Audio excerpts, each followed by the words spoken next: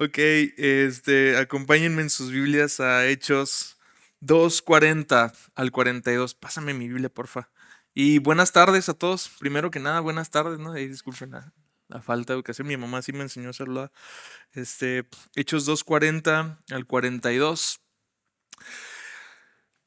Hoy quiero concluir con la serie Protestante, así se lee entre signos de interrogación.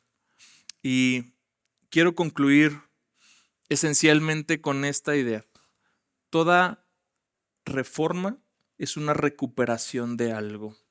Toda reforma es un retorno a algo. Y dentro de todas las temáticas que hemos estado viendo acerca de puntuales cosas gracias Andrés, que necesitamos retomar, con la que quiero cerrar es quizás con la última, pero no menos importante.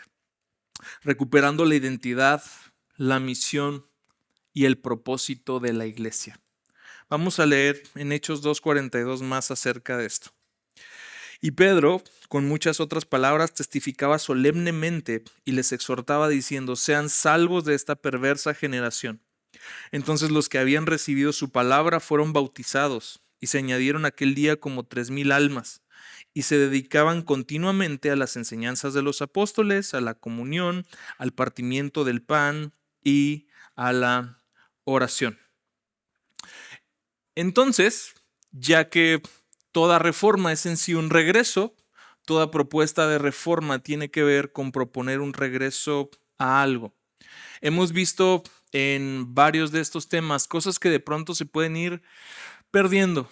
Mi intención no es poner a Comunidad Baluarte como la iglesia modelo, sino más bien hacer a Comunidad Baluarte responsable y junto con toda la iglesia del mundo, capaz de rendir cuentas acerca de lo que Dios va a demandar, no nada más de nosotros aquí, sino de nosotros todos alrededor del mundo.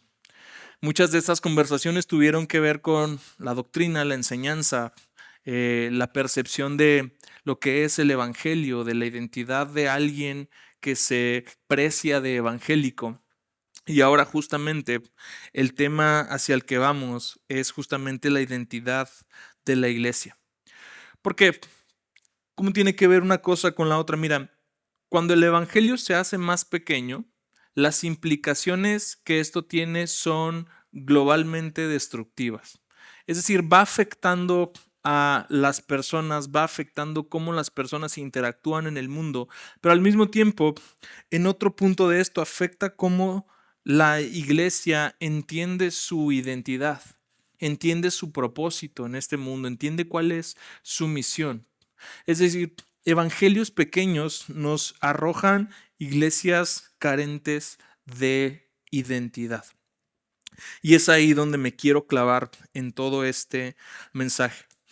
Cuando un evangelio se reduce, la iglesia se deforma, y al mismo tiempo, cuando nuestro pensamiento acerca de la iglesia va cambiando, eso al mismo tiempo afecta cómo nos conducimos en la iglesia.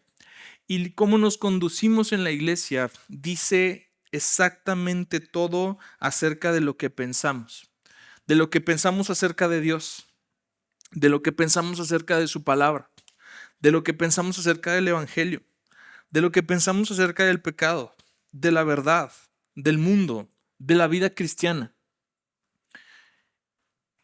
Quiere decir que tú puedes leer la teología de una persona no desde un libro, sino desde cómo ve a la iglesia, cómo interactúa en la iglesia, cómo concibe al cúmulo de personas que conforman la iglesia. Tú necesitas nada más ver cómo esta persona interactúa en estos puntos para darte cuenta de cuál es su teología y cómo esta persona conceptualiza a la iglesia misma.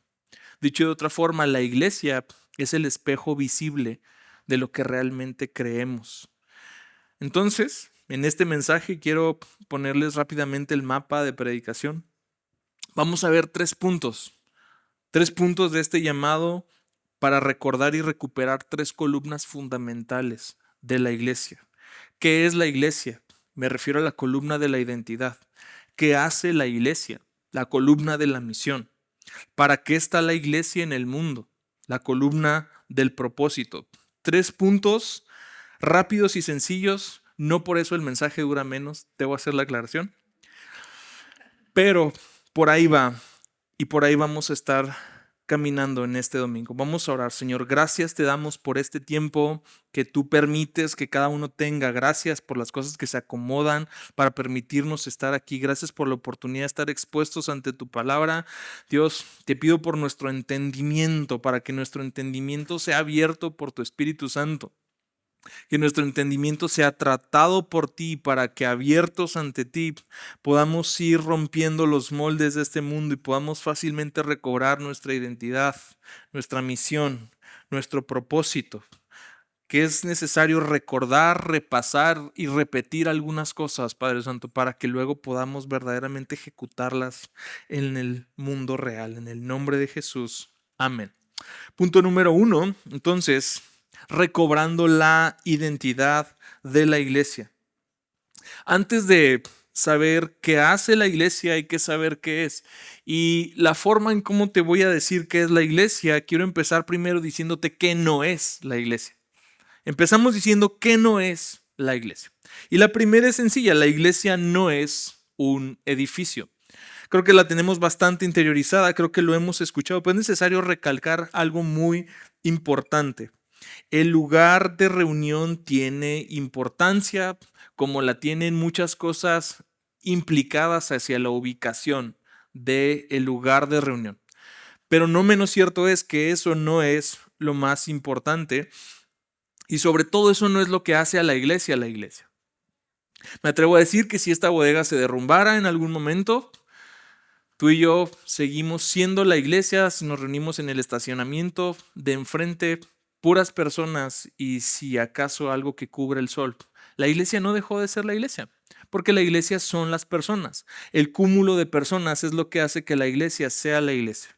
El cúmulo de personas, además, es lo que hace que la iglesia sea fuerte o sea débil. Sí, el liderazgo de la iglesia juega un rol fundamental en ese factor. Sin embargo, no se releva del todo a la persona, vamos a decirlo de esta forma, de a pie, de su responsabilidad hacia el interior de la iglesia. Una iglesia fuerte es una iglesia que tiene muchos miembros fuertes. Una iglesia sana no solamente es una iglesia que predica sana doctrina, es la que tiene muchos miembros sanos. ¿Ves?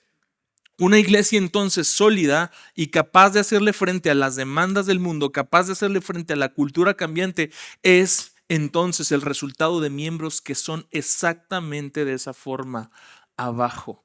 Porque la iglesia somos todos en el conjunto, y la solidez de la iglesia, las columnas de la iglesia, son al mismo tiempo personas.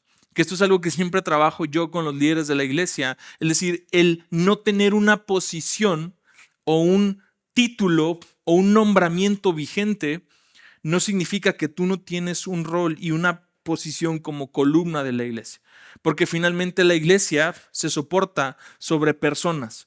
Personas fuertes hacen iglesias fuertes, personas que están fructificando, creciendo, es lo que causa que iglesias estén verdes, fructifiquen, se multipliquen. Personas siempre, no estrategias, no organizaciones, no nuevos ministerios, no nuevas grandes y relevantes ideas, personas. Invertimos entonces en las personas, exhortamos entonces a las personas, capacitamos entonces a las personas, cuidamos entonces a las personas, porque las personas son la iglesia, no el edificio. ¿Qué más no es la iglesia? La iglesia no es una institución o una denominación. Los teólogos reformadores distinguieron a la iglesia invisible de la iglesia visible. ¿Qué significa esto? Mira, Mateo 13, el Señor nos dice que el mundo es un campo de trillar y en este mundo crecen al mismo tiempo trigo y cizaña. En la iglesia, como está en el mundo, sucede de la misma forma. Ahora, sí, en el deber ser, en la forma romántica de ver la iglesia, debería la iglesia de estar formada por puro trigo, pero no es así. ¿Por qué? Porque incluso en los 12 apóstoles había uno que no era. ¿Ves? Ese patrón se sigue repitiendo hasta la fecha. Es decir, no todos los que están en la iglesia son la iglesia real, porque dice el Señor también en Mateo 7, en algunos días vendrán algunos y me dirán, Señor, Señor, en tu nombre sanamos enfermos, echamos fuera demonios, y el Señor va a decir, no los conozco. Sí hay un elemento entonces donde no todos los que están son todos los que son.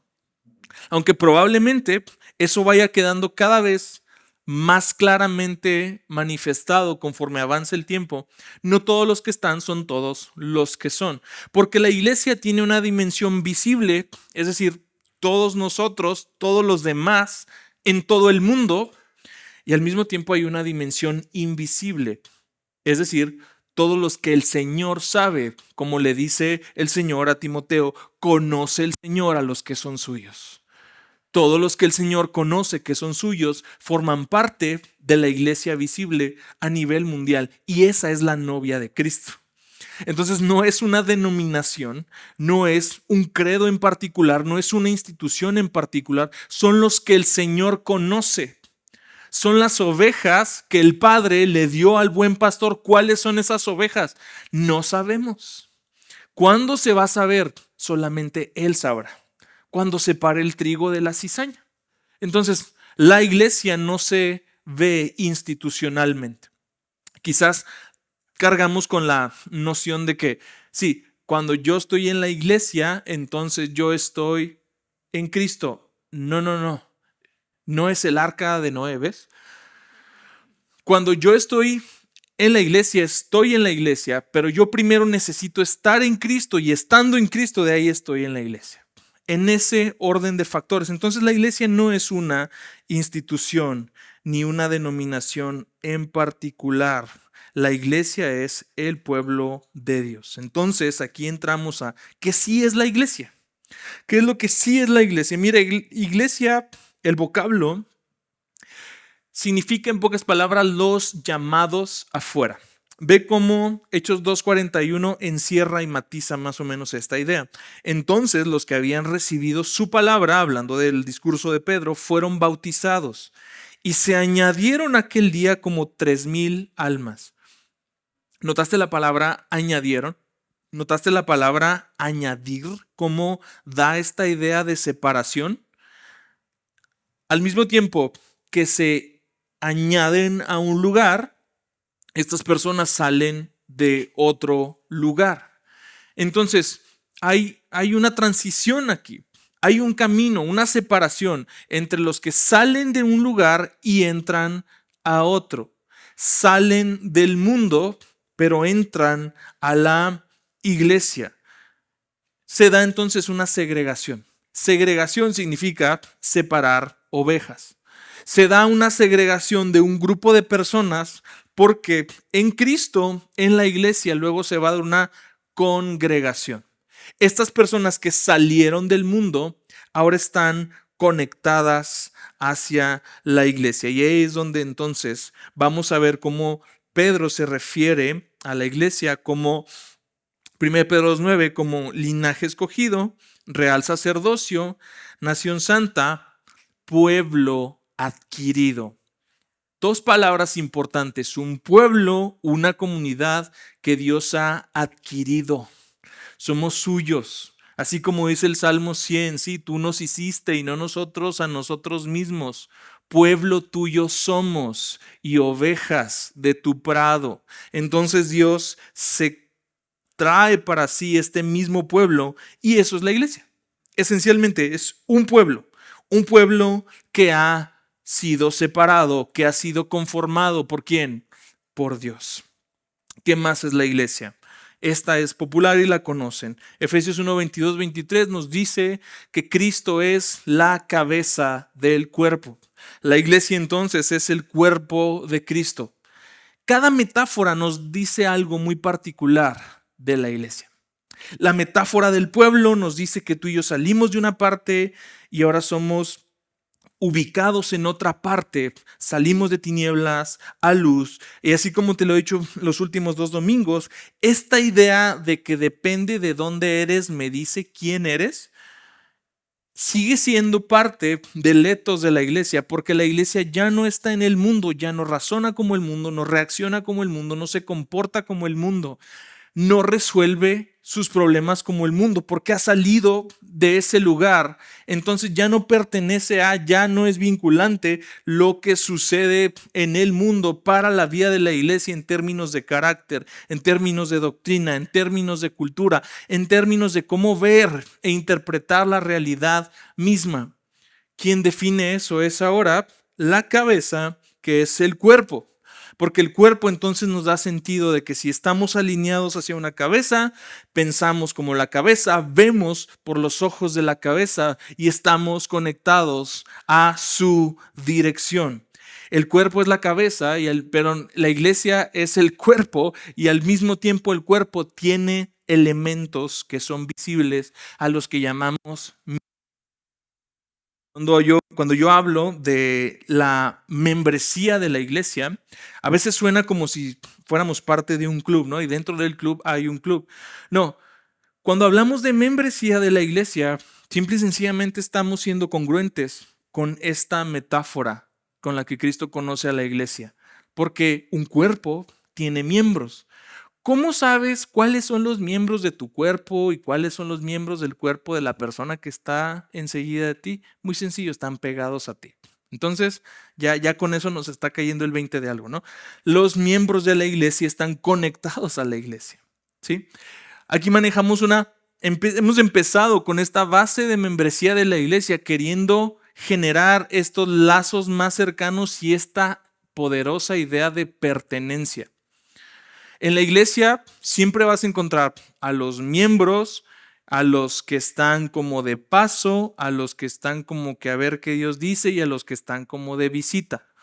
Entonces, Dios nos va a pedir cuentas al liderazgo de la iglesia de todos los que alguna vez se han sentado aquí. Yo espero que no, porque la llevamos mal, la llevamos de perder. Creo que el Señor en su misericordia más bien nos va a pedir cuentas de los miembros, de los que se identificaban a sí mismos como parte de la iglesia y que en virtud de que se identificaban a sí mismos como parte de la iglesia, están conectados a la vida de la iglesia, donde la cabeza no es el pastor, sino la cabeza es Cristo, y donde el pastor, como dice después Efesios 4, cumple un deber a través del don de pastor de consolidar la iglesia. Tenemos dones fundantes, apóstoles y profetas. Dones que dan el fundamento de dónde se constituye la iglesia. ¿Quiénes dan la doctrina? ¿Quiénes dan los primeros escritos de la Biblia? ¿Quiénes dan el fundamento de la iglesia? Ahora, yo no sé si tú en tu casa has echado 2 veces el fundamento, pero yo creo que no, ¿verdad? Nadie echa 2 veces el fundamento. Los dones fundantes se echaron para un tiempo y los dones fundantes fungieron para un tiempo. Ya no hay apóstoles y profetas de oficio. Aunque puede operar alguien en un don profético, no existe ya el oficio de profeta, ni existe ya el oficio de apóstol, por mucho que se quieran arrogar algunos ese título. Porque ese título fungió para una época, para un momento. Dios funda la iglesia, pero ahora Dios consolida la iglesia. ¿Y cómo consolida la iglesia? Con evangelistas, pastores y maestros, que son quienes capacitan a los santos para la obra del ministerio. Todo esto lo encuentras en Efesios 4. Entonces, cuando el cuerpo se está consolidando, la cabeza sigue siendo Cristo, y el liderazgo de la iglesia lo que hace es abonar a esto, capacitar a los santos para la obra del ministerio. ¿Qué más es la iglesia entonces? Es un edificio y un templo santo. 1 Corintios 3:16. Dios mora en su pueblo. Y Pedro y a ti y a mí nos llama piedras vivas. Somos piedras vivas, piedras que fueron sacadas de la cantera del mundo, fueron labradas por el Señor y puestas en el templo, constituidos sobre el fundamento de la piedra angular, que es Cristo. Entonces todos juntos somos, así como se ven visibles estos ladrillos de la bodega, así visiblemente se puede ver cómo tú y yo somos en el templo de Dios. Todos somos piedras, ladrillos, puestos unos sobre otros para darle forma al templo de Dios. Porque Dios al mismo tiempo habita en nosotros, pero también, como dice su palabra, Él mora en la alabanza de su pueblo. Como dice el Señor en los evangelios, donde dos o más se reúnen en mi nombre, ahí estoy yo. Tú y yo somos pequeños templos donde la presencia de Dios se manifiesta individual y colectivamente. ¿Va? Están muy serios, en la mañana estaban más despiertos, pero bueno, creo que es porque están atentos. ¿Qué más? ¿Qué otra metáfora tenemos? La iglesia es la familia de Dios. Efesios 2:19. Sí, porque Dios es el Padre. Romanos 8 nos pone a Cristo como si fuese nuestro hermano, la iglesia es nuestra casa. Entonces también se lo dice Pablo a Timoteo, 1 Timoteo 3:15, y esta es la casa de Dios. Hay un sentido de familiaridad. También le dice Pablo a Timoteo, no reprendas con dureza al anciano, repréndelo como si fuera tu papá. ¿Sí? Y a la anciana como si fuera tu mamá, y al joven como si fuera tu hermano. Hay todo un vocabulario familiar en la iglesia. Nos decimos hermano no porque se escuche bonito, es porque es la identidad. Una de las múltiples identidades de la iglesia es una familia. ¿Sí? Uno de los requisitos del obispo en 1 Timoteo 3 es que gobierne bien su casa. ¿Por qué? Porque ese es el mismo patrón que Dios utiliza para la iglesia. La casa es el patrón que Dios utiliza para la iglesia, porque al mismo tiempo la iglesia es la casa de Dios. También la iglesia es el rebaño del buen pastor. Somos guiados, cuidados y alimentados por autoridades humanas, pero al mismo tiempo somos guiados, cuidados y alimentados por Cristo. Nunca olvidemos que el buen pastor es el mero pastor de nosotros, porque he aquí un punto, amados. La vida de comunidad, la vida de la iglesia es tan linda que a veces se puede acelerar tanto, que tenemos tantas actividades y tanto socializar y tanto involucrarnos y tanto trabajar, que descuidamos nuestra relación con el buen pastor. Él es la cabeza, Él es el que nutre, Él es el que te va a guiar a esos dedicados pastos. Dedícale tiempo a Él en intimidad. Tantas veces lo hemos explicado de esta forma, es la intimidad antes que la actividad. Cuando la relación con el buen pastor se sustituye por la relación con la comunidad, vas a esperar que en la comunidad satisfaga cosas que solo Cristo puede satisfacer. Vas a esperar que en tus hermanos que se porten bien, que te traten bien, que los grupos en casa llenen huecos que solo el Señor puede llenar en tu alma. Él es el buen pastor y tú eres una oveja de ese buen pastor y Él te va a tratar mejor que cualquier otro pastor en el mundo. Nuestra relación vertical con Dios es la más importante. Porque de esa relación se nutre nuestra relación con los hermanos. De la relación vertical se nutre entonces la relación con la iglesia. Cuando la iglesia, la comunidad, la actividad sustituye lo que tú y yo deberíamos practicar habitualmente, entonces comienzan los problemas. Comienzan no solamente el agotamiento, comienzan los roces, comienza la política, comienzan las cosas ahora sí humanas a aflorar, porque todos personalmente necesitamos una relación con el buen pastor y luego una relación con nuestra comunidad, donde seguimos siendo pastoreados, seguimos siendo discipulados, sin descuidar la más importante. Entonces, todo esto significa que la iglesia es un organismo vivo, es una comunidad espiritual, es una realidad visible, es la familia, es el lugar donde se vive la fe. ¿Puedes tú vivir definitivamente tu fe fuera de estas 4 paredes en la vida diaria? Pero probablemente no interactúes y no te relaciones con el mismo nivel de profundidad que lo hacemos aquí. Hay conversaciones que yo jamás voy a tener con uno de mis socios, que yo jamás voy a tener con uno de mis clientes y que yo siempre voy a tener con un hermano de la iglesia. Simplemente son otros niveles. Son otros niveles de vulnerabilidad, son otros niveles de sinceridad, son otros niveles de transparencia. ¿Por qué? Porque aquí es donde se vive la fe. Aquí es también donde se entrena la fe. Es decir, si tú llegaste a pensar que aquí todos somos bien lindos y siempre estamos sonriendo y siempre estamos, te mentimos, déjame decirte perdón. Porque aquí adentro también hay un montón de gente que estamos luchando con un montón de cosas. Entonces, lo que quiero decirte es que en esta familia todos estamos trabajando con algo y Dios está haciendo en nuestra identidad cosas y cambios. Y lo que sucede entonces es que aquí es el lugar perfecto donde se entrena el carácter.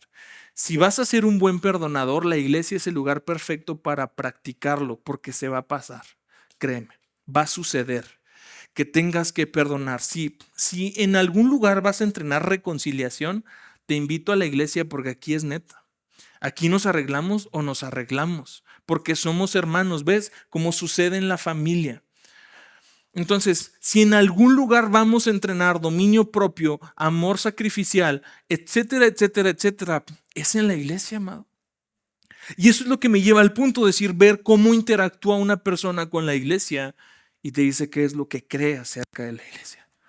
Porque toda la vida estamos, a lo mejor, observas, toda la vida estamos con pensamientos extraños, con límites hacia cómo nos relacionamos a las personas, con apariencias. Si lo que una persona hace en la iglesia es solamente dar apariencias, es lo que ella cree acerca de la iglesia. Es un lugar para representar algo y no para vivir genuinamente la fe como se entiende, con sus victorias y sus derrotas, con sus fortalezas y sus debilidades. Ese es el lado crudo que cuesta ver de la iglesia. ¿Sí? Es como cuando te casas y tú siempre ves a tu novia súper arreglada, planchada, maquillada, y luego te casas y dices, ok, ya la conocí realmente. Yo no conozco a Karina todavía sin maquillar, déjenme decirles. Ya está viendo así como, no se crean, o sea, y ya cambia. Y esa es la parte que cuesta ver de la iglesia. Verla despeinada, desorganizada, desvelada, cansada, no tengo ganas, etcétera, ¿ves? Esa es la parte que cuesta ver, porque no sé de dónde compramos esta ilusión de, wow, todos siempre sonriendo todo el tiempo. Sí, el pastor nunca está enojado. No, yo nunca estoy enojado. No se crean cuando me vean como estoy enojado. No es cierto, o sea, en algún momento, y no son 5 minutos, no es me agarraste en los 5 minutos, es que así somos. O sea, hay temas con los que el Señor está tratando en nuestro corazón y esa parte despeinada, desarreglada de la iglesia es la que cuesta entonces entender y abrazar, porque hemos abrazado demasiado el ideal y olvidamos la realidad. La identidad de la iglesia es que está siendo perfeccionada. Y si ya estuviera así ataviada como Miss Universo, entonces ya no está siendo perfeccionada. Ya fue perfeccionada, ¿no? Pero no, más bien se está arreglando. Y constantemente hay que repasar eso para darnos cuenta que sí, suceden cosas que a veces duelen, suceden cosas que no deberían suceder, suceden cosas difíciles de procesar. Pero eso es la novia de Cristo. Su identidad no es el pecado, su identidad es que está dejando el pecado poco a poco. Por eso el Señor en Efesios 5:22 en adelante, Él dice que Él viene por una mancha, una novia sin mancha y sin arruga, a fin de presentársela a sí mismo sin mancha y sin arruga, pero tiene un mecanismo por el cual Él está purificando a su novia. Y este es, como dice más abajo, purificándola mediante el lavamiento de la palabra. ¿Cómo el Señor va embelleciendo a su novia si su novia no permanece en su palabra, no estudia su palabra, no predica su palabra? La palabra es el medio por el cual el Señor está embelleciendo a su novia. Es lo que va a exponer y hacer aflorar las imperfecciones a las que necesitamos volver y decir, Señor, transfórmame aquí, perdóname allá, pero sígueme y sígueme transformando hasta el día en que tú vengas. Entonces la reforma continúa cuando la iglesia recupera esa identidad. Soy la novia de Cristo, escogida. Se le ha dado una promesa, sí, vive con esperanza, pero al mismo tiempo está siendo perfeccionada.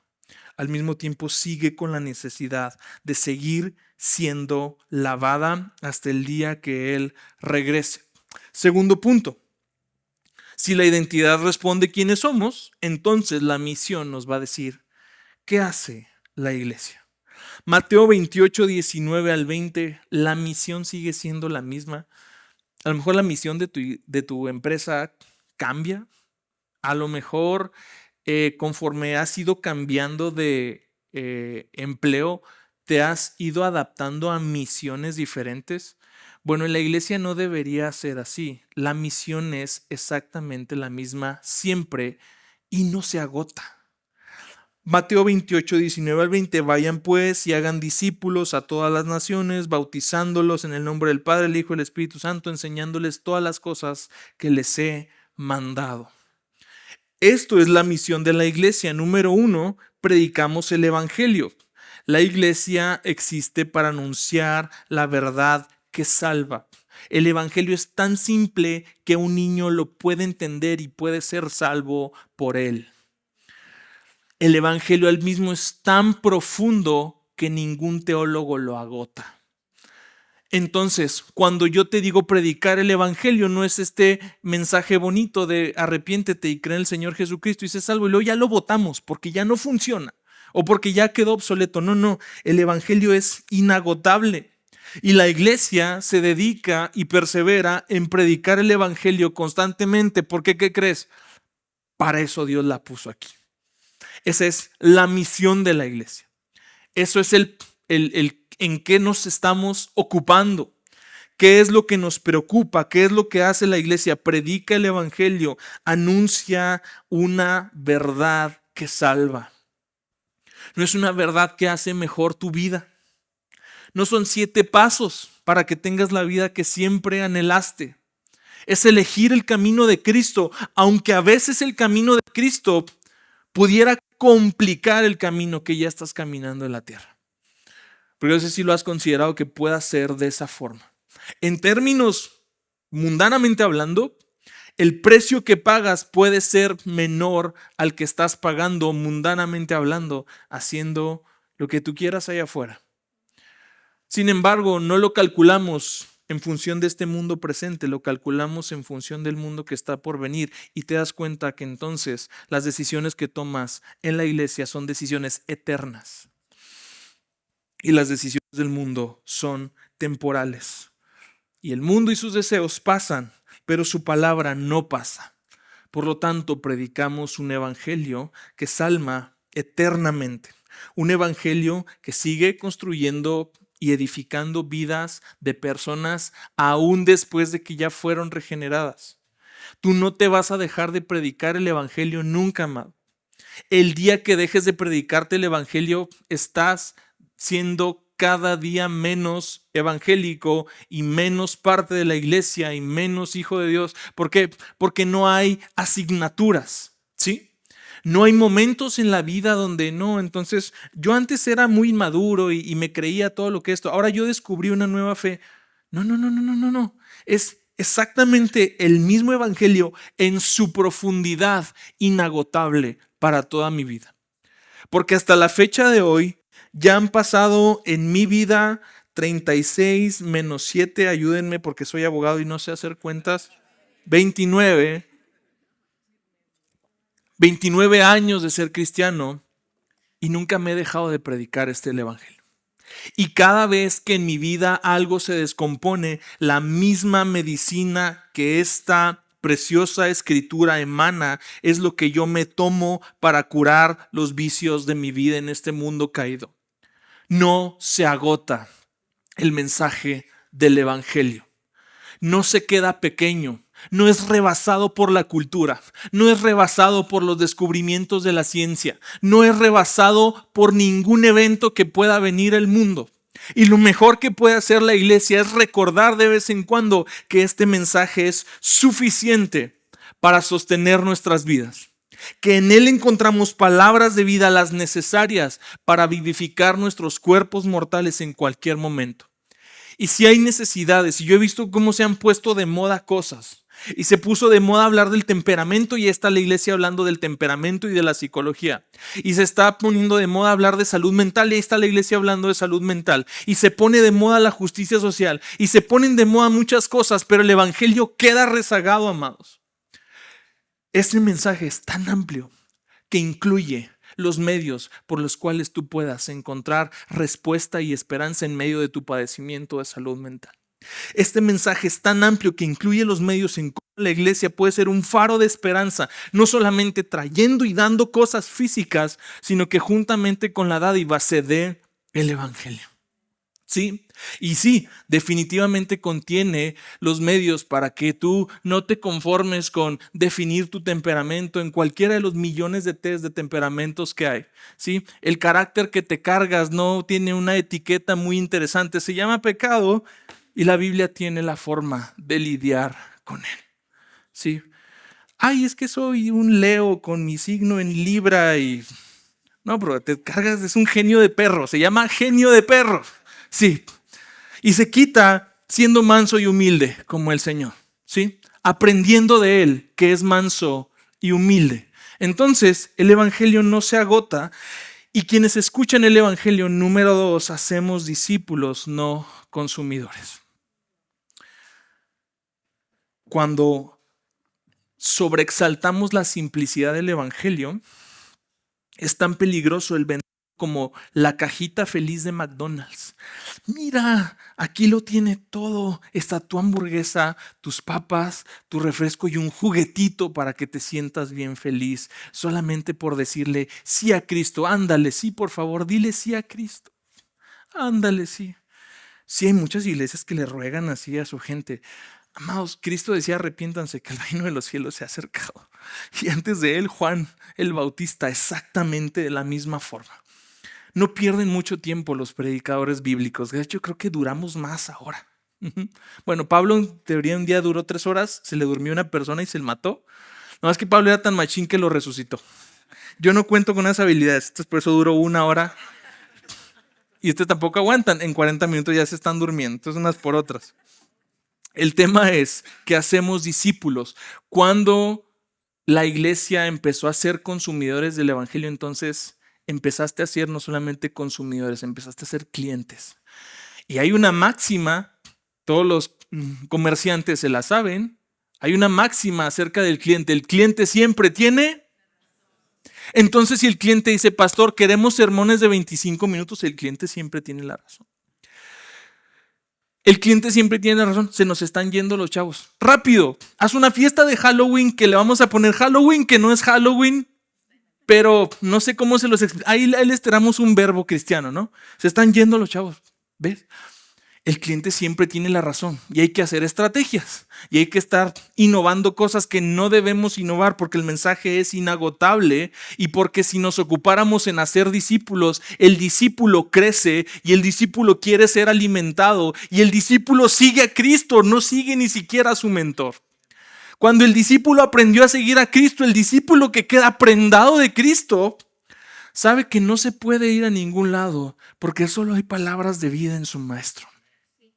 Cuando el discípulo ha aprendido a seguir a Cristo, lo va a hacer en hambre, lo va a hacer en abundancia, lo va a hacer en todo momento de su vida. Cuando la iglesia se ocupa de hacer consumidores, presenta toda una parafernalia impresionante para que la gente sea entretenida. Cuando la gente se encarga de hacer discípulos, presenta modelos de discipulado, grupos, enseñanzas, mentorías, cursos. Todo eso es en la labor de hacer discípulos y de que los discípulos sean discípulos, aprendices, imitadores de Cristo, imitadores de personas que imitan a Cristo, porque a mí me encantan los pantalones de Pablo para decirle a Timoteo y para decirle a Corintios, imítame a mí como yo imito a Cristo. ¡Wow!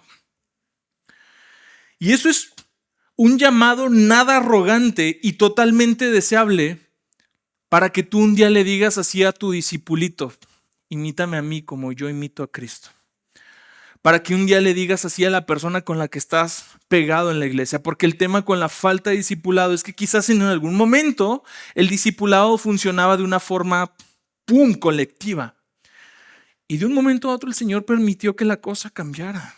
Y el Señor, aunque sigue siendo la predicación el timón que dirige la vida de la iglesia, el Señor permitió que tiempos moldearan formas diferentes de seguir haciendo lo mismo. Discípulos, en cortito, alguien te cuida, ¿A alguien le rindes cuentas? ¿Alguien está pendiente de tu vida? Es lo que buscamos en cada espacio de esta iglesia. Generar relaciones más allá del todo bien, pastor, gracias, bendecidos y en victoria. Ahí nos vemos. Porque ese bendecidos y en victoria que te crea tu abuela, bro. O sea, todos estamos, o sea, hay veces que me dan ganas de decir, si todo está muy bien, pues ora por mí, pues, ¿sabes? Además que yo soy el que, el que me anda haciendo aquí algún problema por dentro en el corazón, o me anda haciendo bolas por dentro. No, no, no, no. En algún momento, cuando pasamos esa barrera entramos entonces en una relación que es más íntima, al mismo tiempo es más transparente, pero no es una vulnerabilidad así nada más de decir neta, sí ya. Hay una enseñanza. Por eso el Señor dice enseñándoles todas las cosas que les he mandado. No es nada más abrir el corazón. Es abrir el corazón para sacar algo, pero para recibir algo edificante. Más allá de un, híjole bro, qué gacho. Échale ganas. Estoy orando por ti. Ánimo al cuadro. ¿Ves? Enseñándoles todas las cosas que les he mandado. La iglesia que predique el evangelio, que cree el evangelio, en algún momento, ¿qué crees que va a compartir? La esperanza del mismo evangelio para seguir construyendo esas vidas, porque eso es lo que hace el discipulado. Otra misión de la iglesia. La iglesia trabaja con un programa bien definido. Híjoles, me está acabando el tiempo, me voy a súper apurar. Hechos 2:42. Vamos a verlo palabra por palabra y te voy a hacer un pequeño test mientras vamos viendo cada cosita.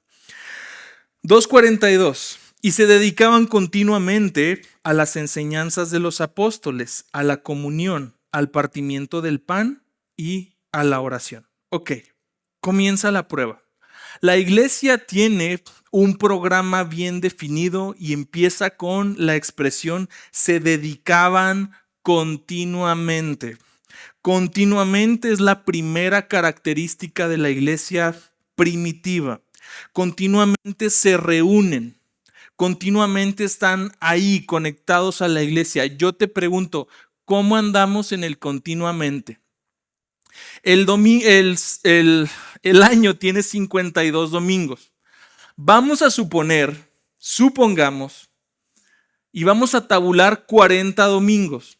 Para darte 12 domingos de que te enfermaste, de que vacaciones, porque también creo que se merecen vacaciones. Y sí, o sea, si estás de vacaciones, bueno, y si tienes la oportunidad de congregarte en una iglesia, qué padre. Si no, no te condeno, ¿ves? O sea, entonces 12 semanas donde hay descansos involucrados que me parece muy saludable, tiempos de familia, te enfermaste, cursos, capacitaciones, 1000 cosas, ¿no? 12 domingos donde el Señor te dice, tienes margen de error de 12 domingos. El Señor Manuel, ¿verdad? Porque el Señor no sé qué opina, iba a estar haciendo una herejía, iba a estar haciendo una herejía increíble, pero yo poniendo domingos. Supongamos, 40 domingos. De 40 domingos al año, ¿cómo andas? ¿Cuántos vas a lograr a fin de año? 20. Mis estadísticas, yo tengo otros datos del pastor, dice que 20. Dice que el promedio alto de la congregación de 40 junta 20, no de 52, de 40.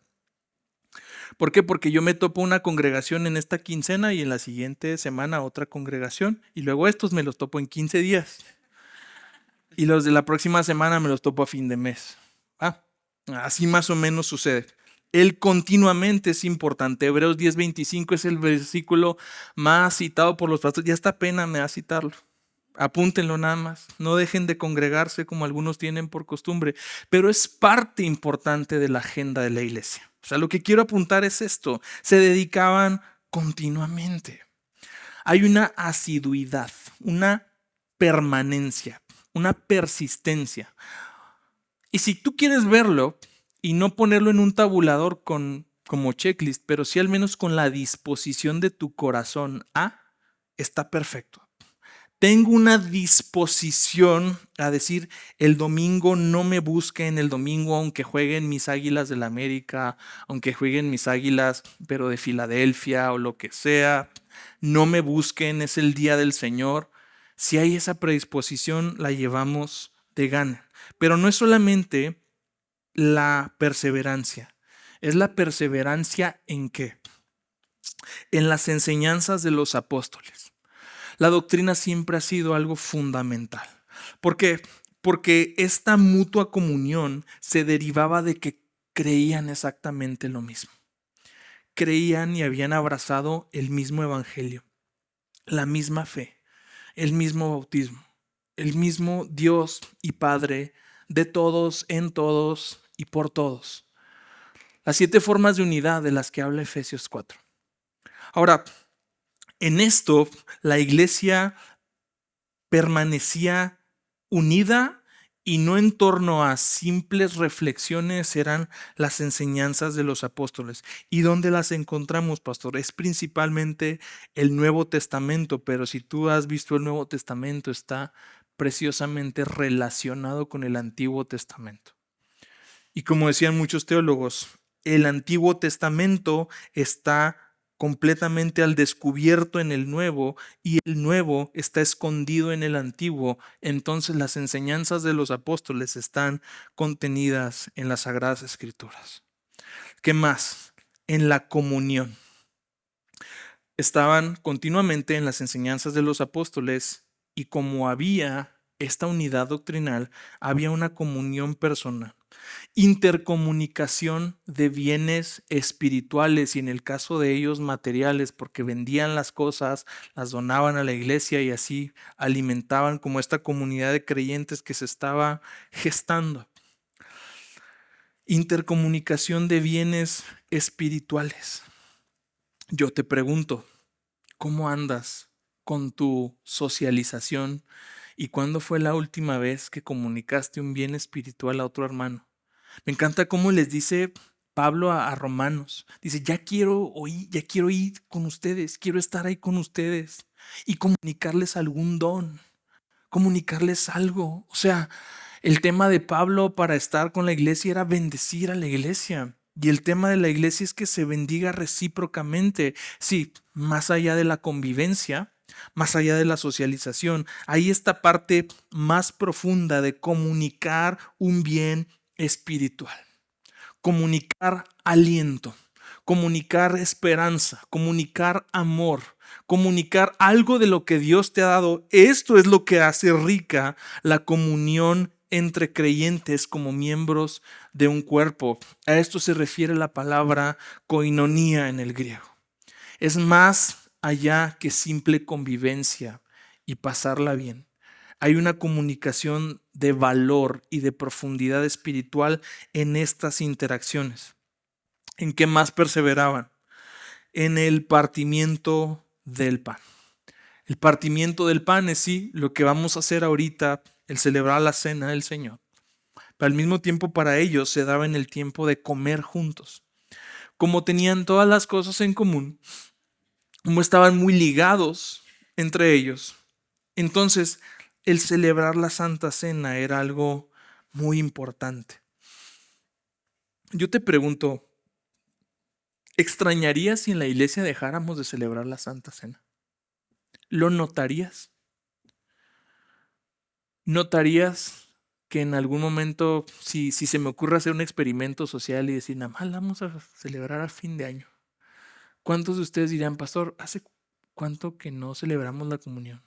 ¿Por qué no celebramos la comunión? Porque el elemento es que esto sigue siendo parte sustancial de la vida de la iglesia. Y por cuestiones prácticas o hasta simbólicas y para darle un mayor peso, para darle una mayor profundidad, no lo hacemos siempre para que no se acostumbren. Pero estos cuates lo hacían siempre. Esto es algo sumamente importante. La periodicidad es fundamental. No estamos casados con la idea de siempre hacerlo, pero al mismo tiempo es importante que esto suceda y que cuando suceda la iglesia colabore con gozo y colabore con el entendimiento. Es decir, esto es algo fundamental. Esto es algo hermoso. Y aquí viene mi favorita de todas. Después de la Santa Cena dice, y a la oración. Déjame leerlo todo otra vez. Y se dedicaban continuamente a las enseñanzas de los apóstoles, a la comunión, al partimiento del pan y a la oración. Yo te pregunto cómo andamos aquí también. Bueno, nomás necesito venir el miércoles para darme cuenta cómo andamos. Y recordarte que esa es una parte fundamental. Sí, la oración personal, sí tu habitar con Dios, pero al mismo tiempo la oración congregacional. Voy a tener que hacer cambios para el próximo año para lograr que se haga más justicia al tiempo de oración en la iglesia. Así que esperen cambios. Cambios derivados de justamente esto. No estamos logrando que la mayoría de la iglesia conecte el día de la oración congregacional. Entonces, si no estamos perseverando en todas las cosas que la iglesia perseveraba, no esperemos los resultados que la iglesia producía. Versículo 43. Sobrevino temor a toda persona y muchos prodigios y señales se hacían por los apóstoles. ¿Cómo te dice esto después del tema de a qué se dedicaban? Todos los que habían creído estaban juntos y tenían todas las cosas en común. Vendían sus propiedades y sus bienes y los compartían con todos según la necesidad de cada uno. Día tras día continuaban unánimes en el templo, partiendo el pan en los hogares, comían juntos con alegría y sencillez de corazón, alabando a Dios y hallando favor con todo el pueblo. Y aquí viene el resultado. Y el Señor añadía cada día al número de ellos los que iban siendo salvos. ¿Quieres la mejor estrategia de crecimiento? No es un mejor local, aunque ayuda. No son mejores programas, aunque ayudan. Es la perseverancia en las cosas que el Señor nos mandó a perseverar. Es que la iglesia de una vez recuerde su identidad y la haga suya y no la negocie. Y yo diga, esto dijo el Señor que somos y a esto yo me quiero dedicar a hacer. En esto me quiero preocupar. Porque esa es mi preocupación. Mi preocupación no es si vienen, cuántos vienen. Mi preocupación es si estamos perseverando en las cosas correctas antes de luego quizás aspirar a las cosas que son como secundarias. Mi preocupación es que perseveremos en lo correcto. Y de verdad, si por ahí sucede que no nos logremos mover de aquí, o la comunidad no crece, mi preocupación es, si estamos perseverando en las cosas correctas, Dios dará el crecimiento cuando Él quiera. Pero te lo repito, es casi ilógico que lo que está vivo, fresco, verde, bien regado, no crezca. No es el crecer por el crecer mismo, es crecer como resultado de esto, porque qué miedo y qué pavor crecer a base de esteroides espirituales, crecer a base de hormonas del crecimiento espiritualoides que no son las formas que el Señor nos dio. Eso sí me daría mucho temor. Entonces, amados, cuando tú y yo recordamos esto, estamos volviendo a nuestra identidad. Cuando tú y yo volvemos a nuestra identidad, entonces estamos realmente en el camino de seguir continuando con esta preciosa idea de la iglesia, que la iglesia reformada siempre está reformándose. La iglesia que nace del cambio sigue en un constante cambio, porque aquellos que el Señor regeneró y trasladó de tinieblas a luz y trasladó de muerte a vida y trasladó de un reino a otro, siguen siendo transformados. Aquellos que el Señor regeneró y trajo de muerte a vida y los hizo nuevas criaturas una sola vez, siguen siendo siempre transformados, como lo dice Romanos 12, por medio de la renovación de nuestro entendimiento. Porque el tema que sucede aquí, el problema es que cuando tú y yo le cerramos la puerta a la transformación por medio del Espíritu Santo, el mundo es un sistema que imprime moldes en nuestro corazón.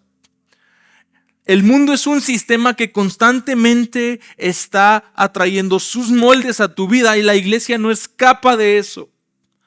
Y los moldes del mundo se nos pegan a menos que tú y yo estemos constantemente siendo transformados mediante la renovación de nuestro entendimiento. Porque esto tiene un para qué. Para que entiendas la voluntad de Dios. Para que entiendas el qué quiere Dios de mí en todo tiempo, en toda temporada. ¿Qué quiere Dios de mí hoy como hombre? ¿Qué quiere Dios de mí como padre? ¿Qué quiere Dios de mí como miembro de su iglesia?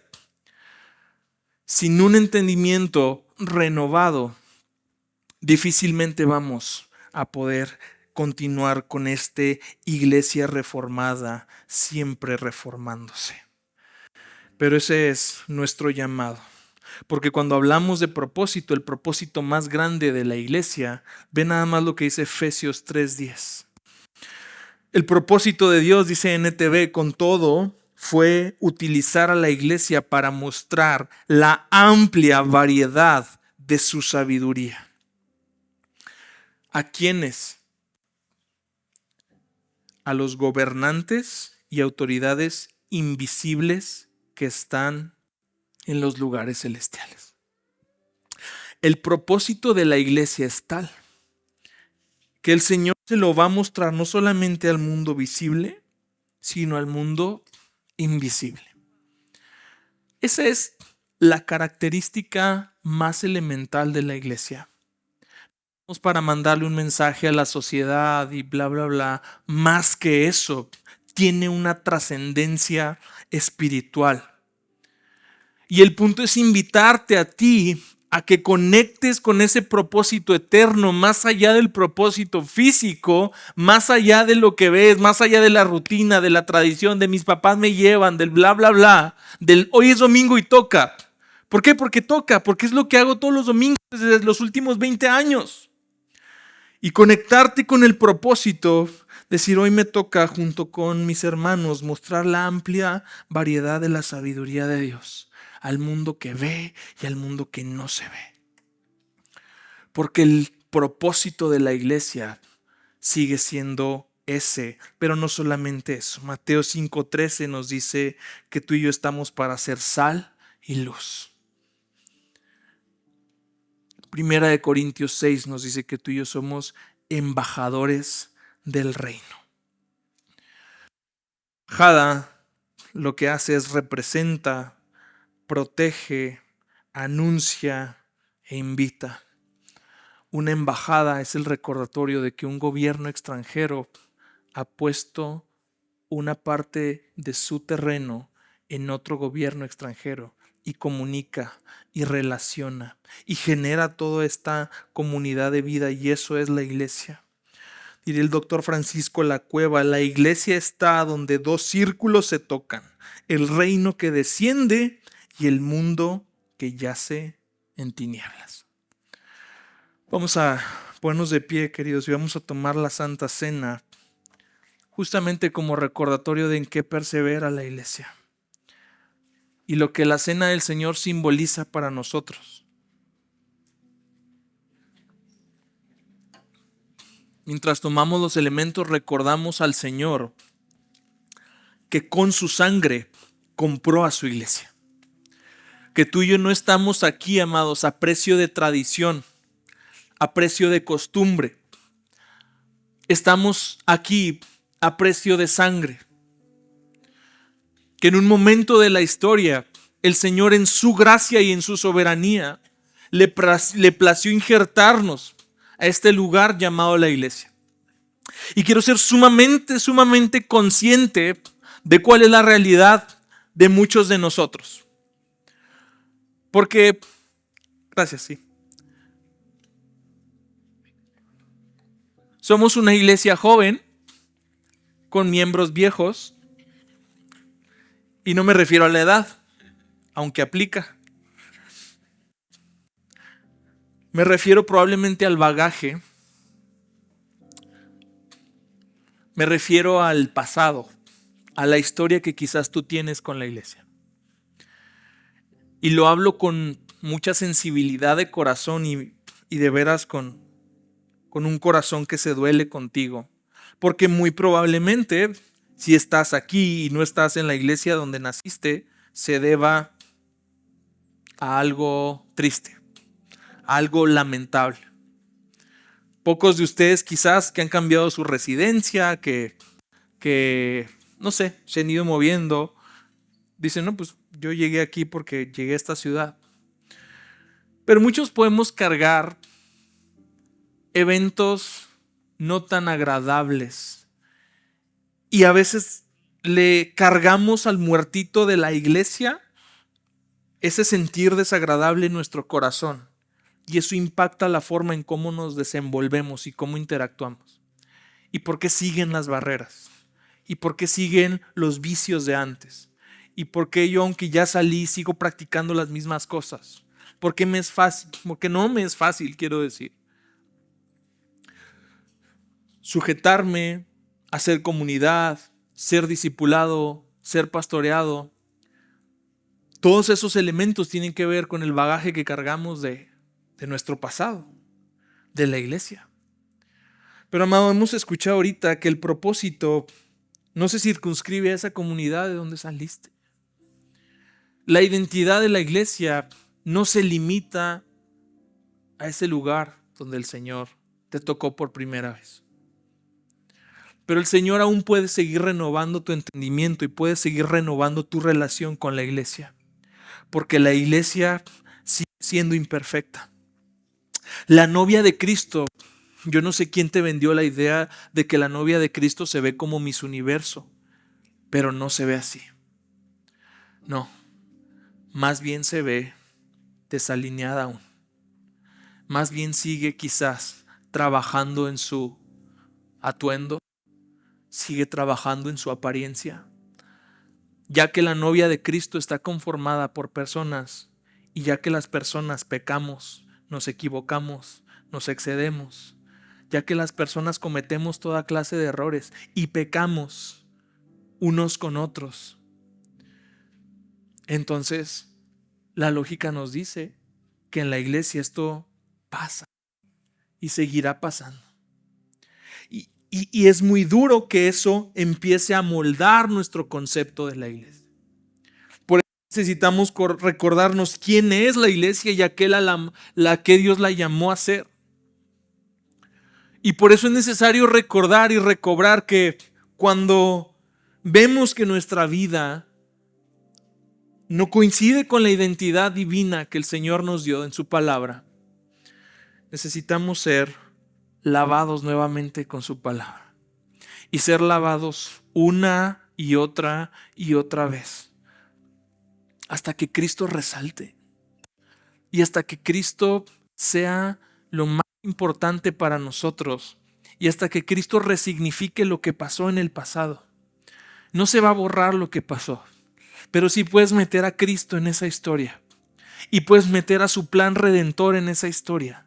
Y puedes meter a su plan para la humanidad en esa historia. Y puedes meterte a ti como oveja de Él en esa historia.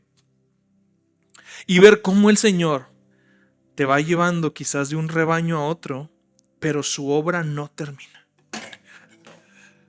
Perdón. Que quizás hubo un cambio de ubicación, pero no ha cambiado el propósito de Él para ti. Hubo un cambio de liderazgo, pero no ha cambiado su amor para ti. Él no ha cambiado.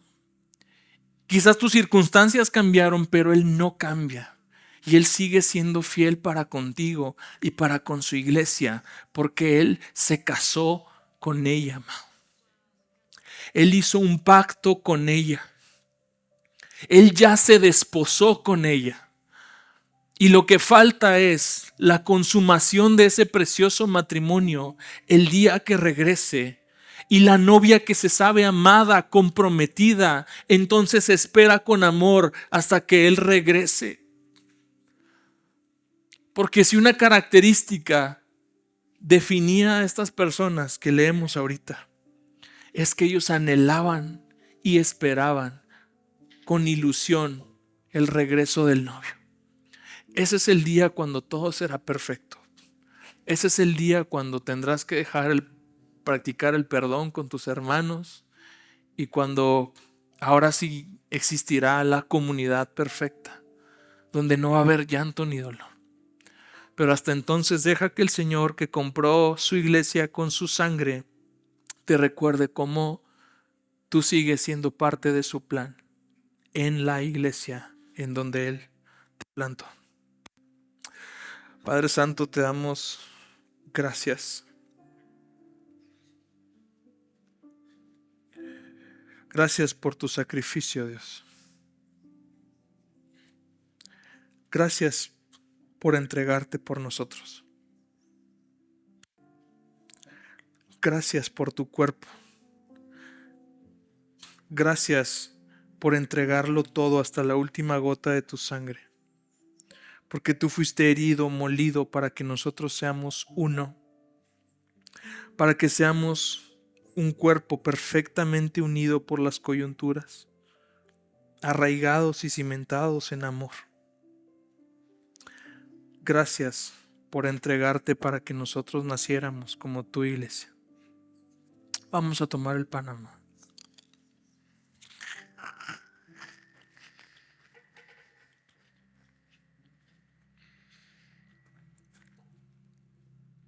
Y gracias por esta sangre preciosa que confirma el pacto eterno de que tú aún estás por regresar por tu iglesia.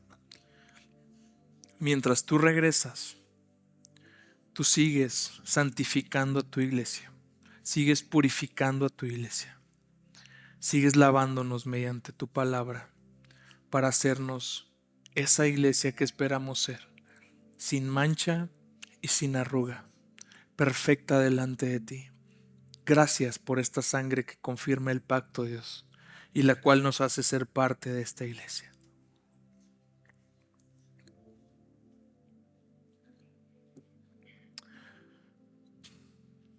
Te damos gracias, Señor, por este tiempo.